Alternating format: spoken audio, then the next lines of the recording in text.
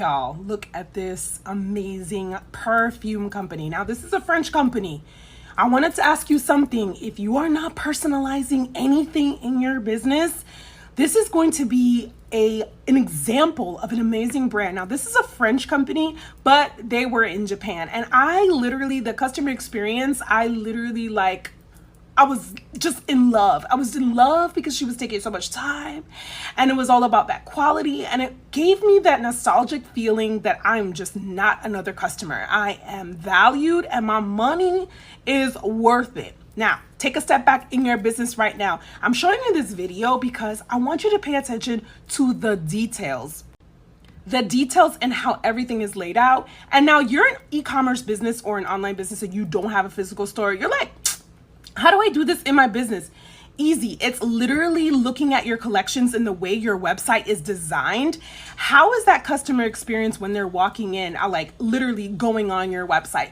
For me personally, for my studio shop, I am actually revamping so many different aspects just from going to this store and looking how nice and organized all the collections are, how beautiful, how the ease, how clear the pricing is. Super, super important of how you're thinking about personalizing it. Now, let's take a step back because you're looking at this video and you're probably like, wow, this is like luxury goods. I might not be selling some of this stuff, but I want you to think about how is your enhanced customer experience? Do you have a chat in your website? Do you have some type of way where people can contact you immediately? I think we think about this thing that we're like, people are online and you're just like, you just want to buy and sell and blah, blah, blah, blah, blah, blah, blah, all that stuff. But listen, you can be asking for their emails all day long, but how about if they're online and they're browsing and they're not sure and they don't want to give you their email, they don't want to give you how are you connecting with them? Go on right now and add a chat box, not an annoying one to be like, are you going to buy? Are you going to buy? No, just be like, hey,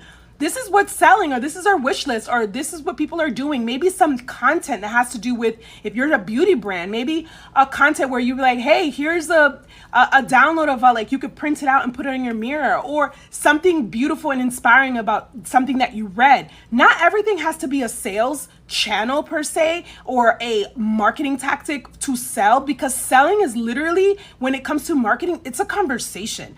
And this is why you could increase your conversion just by having conversation. So go ahead and add that chat box. Another thing I want you to think about, as you can see in this video, she's like literally writing, she's making it very personalized, is how are you personalizing information on your website through your products, through your services for your customer? Are you literally handwriting something to say thank you? I know some of you are like, I got too many orders for that. That's totally fine. There's ways that you can still personalize in your emails so that people feel like you are listening to them. Don't just ask people questions and then don't do anything with that data.